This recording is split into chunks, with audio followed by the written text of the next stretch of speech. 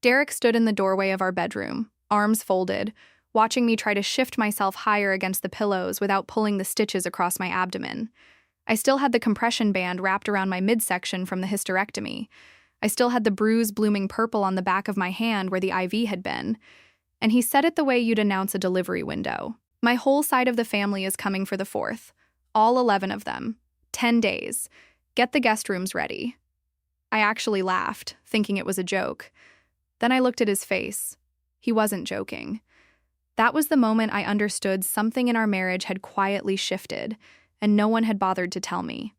4 days. That's how long it had been since Dr. Osei stood at the foot of my hospital bed and told me, in the flat clinical voice doctors use when they need you to actually listen, that I needed a minimum of 6 weeks without lifting anything over 10 pounds, without standing for long stretches, without doing anything that put strain on the incision still healing beneath the bandage. She'd handed me a discharge sheet with the restrictions printed in bold. It was still folded in the drawer of my nightstand, right next to the pain medication I was rationing more carefully than I probably should have. "Derek," I said, keeping my voice even, because I'd learned years ago that raising it never got me anywhere with him. "I just had major surgery. Can we push it back even just a week? I need time." He didn't look up from his phone. "Everyone's already booked their flights. It's happening." 19 years of marriage, and he had never spoken to me quite like that before. Not with that particular flatness, like I was a scheduling obstacle to be worked around rather than his wife recovering from an operation. I didn't argue. I've never been someone who thinks well in the moment. I need time to turn a thing over before I know what I actually believe about it. So I nodded, and he left the room already texting his sister the arrival times, I assumed, though I didn't ask.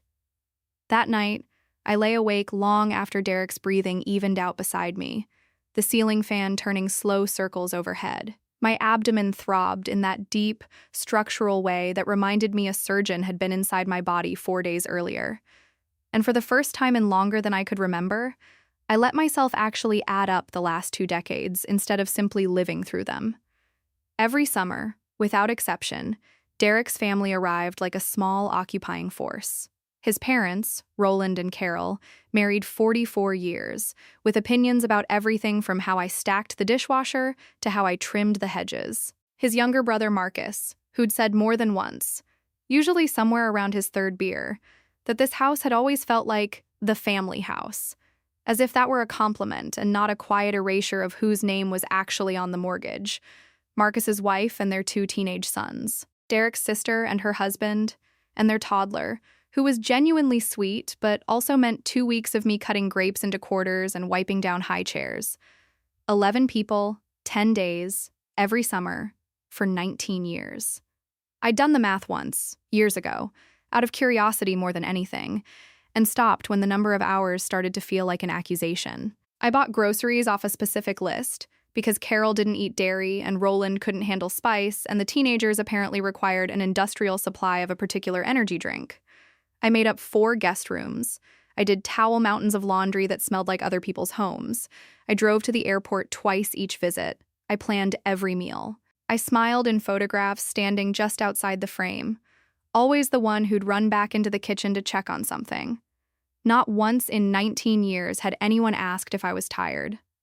I thought about our son Miles, away at his 1st year of college, blissfully unaware his mother was lying awake doing arithmetic on her own exhaustion. I thought about the promise I'd made myself in the recovery room, still groggy from anesthesia, that this surgery was going to be the thing that finally made me protect myself the way I'd spent 2 decades protecting everyone else. I reached for my laptop instead of the pill bottle. I wanted my head clear. For the first time in my marriage, I opened the folder containing the deed to our house. My parents had bought this house in 1991. I'd grown up in it, in the room that later became Miles's nursery, then his childhood bedroom, then the guest room where Carol slept every summer without once thanking me for the fresh linens. When my mother passed 6 years earlier, the house came to me. Not to me and Derek. To me. I remembered signing the paperwork at the attorney's office, remembered Derek beside me that day, distracted, thumbing through his phone, murmuring, "That's great, hon," without really looking up. He'd never asked to see the deed. He'd never needed to. In his mind, from the day we moved our furniture back in, It simply became our house. And somewhere in that quiet grammatical drift, my ownership had dissolved into something communal, something he now felt entitled to open up to 11 relatives without asking me first. I read every page twice. Sole owner. My name, and only my name, printed beneath my mother's signature and the notary's seal. I sat there at 1 a.m, knees pulled up carefully because bending still hurt, and felt something settle in me. Not anger, exactly. Something steadier. Clarity.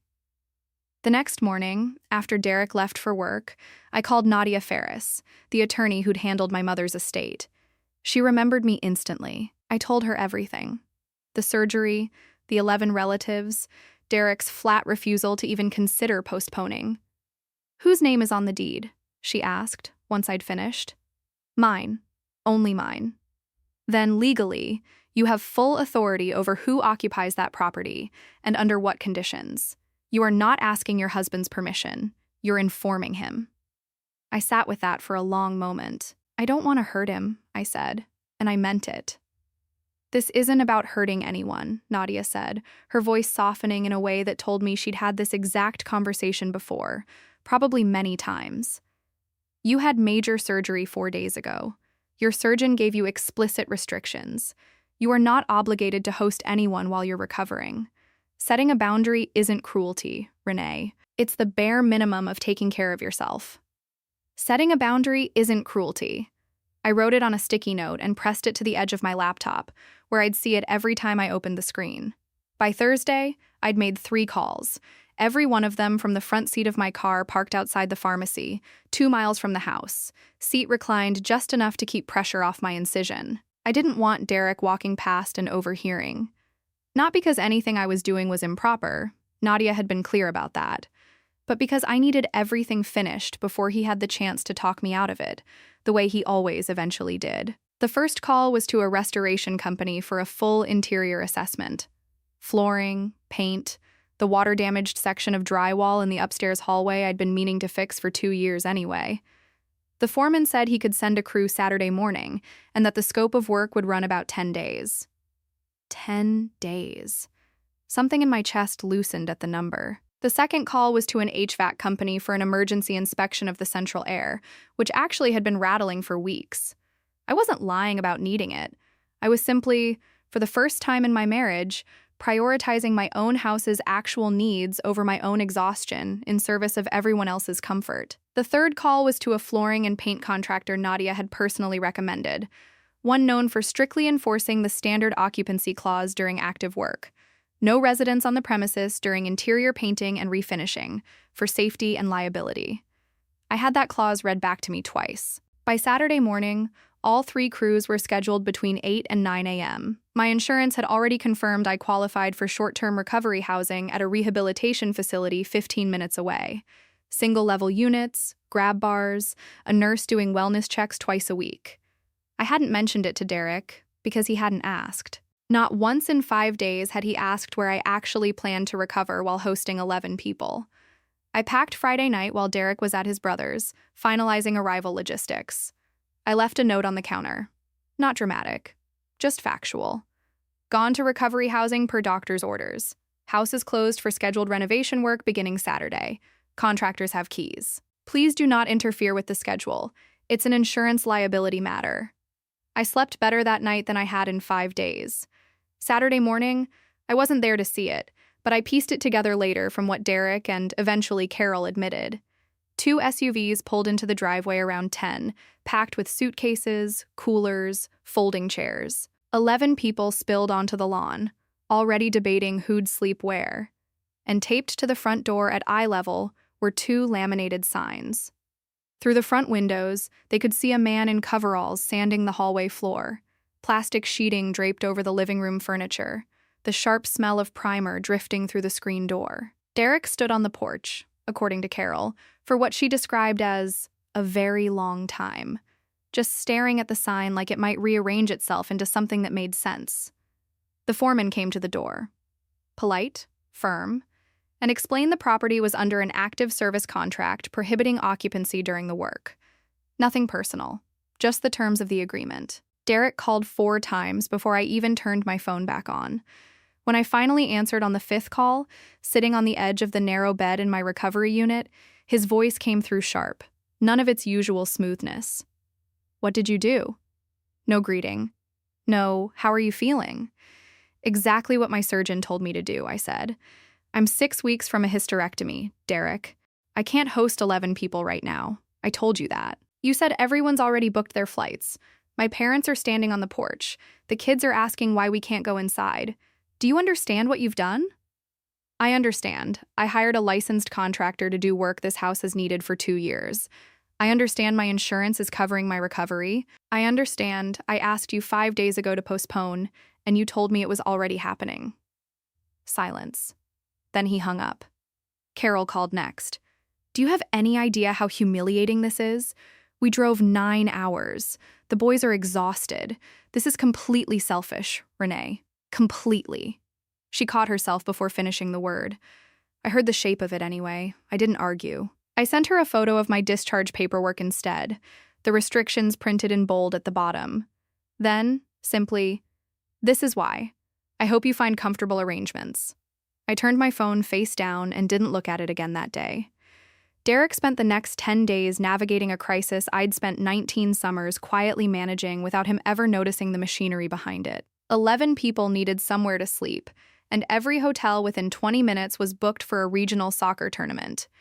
He ended up putting everyone up at an extended stay near the interstate, at a rate that, I later learned, from the one time he complained about it within earshot of Marcus, came to just under $3,800 for the full stay, not counting meals. He was the one figuring out at 9 at night what 11 people wanted for dinner, only to discover Roland wouldn't touch the Thai place he'd picked, and Carol's stomach couldn't handle the barbecue Marcus suggested as a compromise.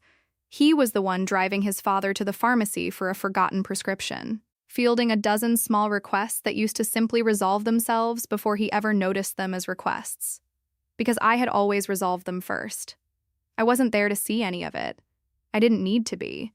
I'd lived it myself for 19 summers, invisible and unthanked. I spent my days doing the exercises my physical therapist gave me, short, careful walks down the hallway, ice in the evenings. A novel I'd started 10 months earlier and never finished, because there was never quiet enough in my own house to hold a thought longer than 10 minutes. On the 3rd night, listening to the hum of the air conditioner, I let myself feel, without the guilt that usually trailed behind it, something close to peace. By the 5th day, Derek's texts started to shift. The first 2 days had been all capital letters and accusation. By Wednesday, long day. No punctuation, just those 2 words at 11 at night. I heard from Miles around then, who'd apparently gotten an earful from his grandmother and called sounding more amused than alarmed. "Mom?" he laughed. "Grandma Carol asked if I could talk some sense into you. I told her you'd had major surgery and maybe she should talk some sense into herself." I laughed, too. The first real laugh I'd had in almost a week. That was the night I opened the spreadsheet I'd kept for 13 years. It hadn't started out of bitterness. I'd begun it back when Miles was in elementary school, mostly to track our household budget. Groceries, utilities, the ordinary bookkeeping of a family saving for a child's college fund. Somewhere along the way, without quite meaning to, I'd started logging the summer visits, too. The grocery spikes every July, the utility jumps. The air mattresses replaced twice after the teenagers punctured them. The new guest mattress after Roland's back trouble required something firmer. The rental car we'd covered the year Marcus's transmission gave out mid-visit. The airfare we'd quietly paid for Carol and Roland 3 separate times when their retirement account was, as Roland put it, a little tight that year. I added it all up slowly, the way you count something you've been avoiding counting. I didn't cry, though I thought I might. I felt something colder and clearer settle over me instead, the way I imagine a surgeon feels studying an X-ray before an operation. I spent the final days of the visit preparing something I'd never made before, a presentation about my own marriage. I titled the cover page simply, 19 Years of Hospitality. Underneath, smaller. Total cost, $161,740. Then, page by page, the breakdown, year by year, Groceries against our normal averages, the July utility spikes circled in red, the mattresses, the rental car, the airfare, receipts scanned and dated. Photographs, too. Carol in my kitchen, Roland asleep in the recliner I'd bought specifically for his back. I called Derek on what would have been the last day of the visit and asked him to gather everyone at the house that evening. The crew had finished 2 days early, the hallway gleaming under new varnish, the air running quiet, and even for the first time in months. I arrived that evening, moving carefully, and found all 11 of them in the living room, on furniture that still smelled faintly of fresh paint. I could see it on their faces. The assumption that I'd come to apologize, to be folded gently back into my old role. Carol even half rose, arms lifting, as though preparing for the embrace that precedes forgiveness. I didn't sit down. I handed out the folders, one to each person, then stood by the fireplace, the same spot where I'd stood in 100 holiday photographs, always slightly out of frame, and let them read the cover page in silence. "Can anyone name one visit," I said, my voice steadier than I expected, "where I was treated like family instead of staff?" Nobody answered. "Can anyone remember being asked whether I was healthy enough, or rested enough, or simply willing, before inviting yourselves into my home for 10 days, every summer, for 19 years? Still nothing. Derek sat on the arm of the sofa, staring down at his own folder, and I watched something happen in his face I hadn't seen in a long time. Not defensiveness. Something closer to recognition. "I'm not asking to be repaid," I said. "I kept this because somewhere along the way, I stopped trusting my own sense of what was fair. I needed to see it written down to believe it myself." I looked at Carol specifically. "I have loved having this family in my life. I have never once loved being invisible in my own house." I moved back into the house 11 days after I'd left it, walking through rooms that smelled faintly of fresh paint instead of the usual chaos of a family visit winding down. Derek and I didn't have some big, dramatic conversation that first night. That's not how real repair works, I've come to understand. Not one sweeping speech, but 100 small adjustments made quietly over time. A few days later, over 2 cups of coffee going cold between us, he turned his mug slowly in his hands. "I didn't know it added up to that much," he said. "Not just the money. The driving, the meals, I didn't know because I never had to know. You always just handled it." "I know," I said, and I wasn't trying to make him feel worse. I was just telling the truth, the way I'd promised myself I would from now on, even when it was uncomfortable. We agreed that week on something we should have agreed on years earlier. No more open-door policy. Any future visit, from either side of the family, would require both of our agreement in advance, with clear expectations. Guests would help with groceries. Guests would clean up after themselves. Guests would not treat me as staff simply because I happened to know where everything was kept. Weeks later, at dinner, Derek's brother called uninvited, asking to come by. I heard Derek's voice shift into something firmer than I was used to. "Not this time, Marcus. You're welcome to visit, but you plan it with us in advance, same as anyone else." And a few nights after that, I overheard him on the phone with his father. "Dad, I need you to understand something. This is Renee's home. It was her home before it was ever mine, and I should have remembered that years ago. I'm not arguing about it anymore. That's just how it's going to be." I stood in the doorway with a dish towel in my hands, listening to my husband defend me to his father for what might have been the first time in 19 years, and felt something settle in my chest that had been unsettled for far longer than I'd realized. Months passed. Autumn came. Miles home for a long weekend. My incision fully healed, the compression band long since packed away. One evening in October, my phone rang. Carol.